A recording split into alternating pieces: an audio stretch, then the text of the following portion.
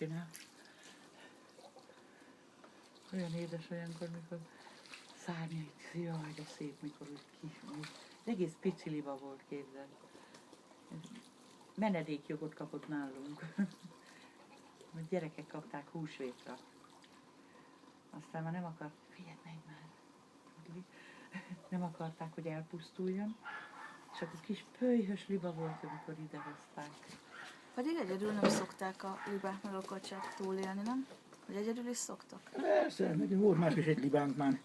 De a Feri, hát igen, megmaradt, mert a Ferit tekinti. Na majd a jó Szinte beleköt. szerelmes a Feribe, hallod, ráül a cipőjére, és kibontja a cipőjét. Kifűzi.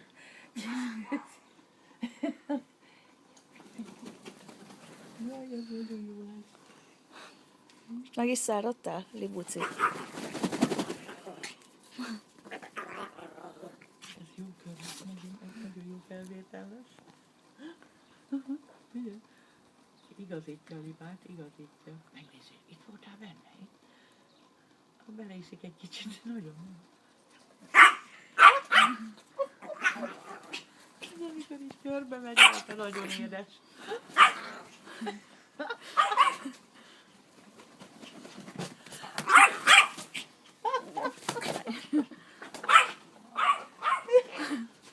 Bemegy a helyére, figyelj. Hopp, behajtott. Nódli! Gyere, ma! Gyere, ma! Nódli! Nódli, gyere ki! Nódli, gyere! Sarokba szorulsz. Gyere, ma! Nézd oda! Csak ő győzött. Gyere, ma! Nódli! Höpöp! Nódli! Gyere, Gyere ma! ide! Én attól félek, hogy megcsípi, mert olyan nagy... Jaj, de drága, hogy jön! Attól félek, hogy megcsípi.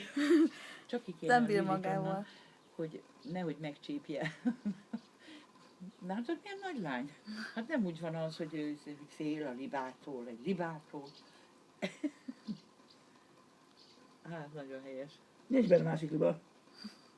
Nincs benne másik. Megnézi, hogy ő is tud-e benne Gyerekapás. fürödni. Belepiszkítom. Most volt friss, most öntötte a friss vizet. Jó, de hát a libakos. Figyelj, Nódli! csak ráhozza a szívban. Kikelgeti. Ki? Nódli! Nódli! Gyere ki! Gyere ki! Nódli! De... Gyere ide az anyád úristen itt.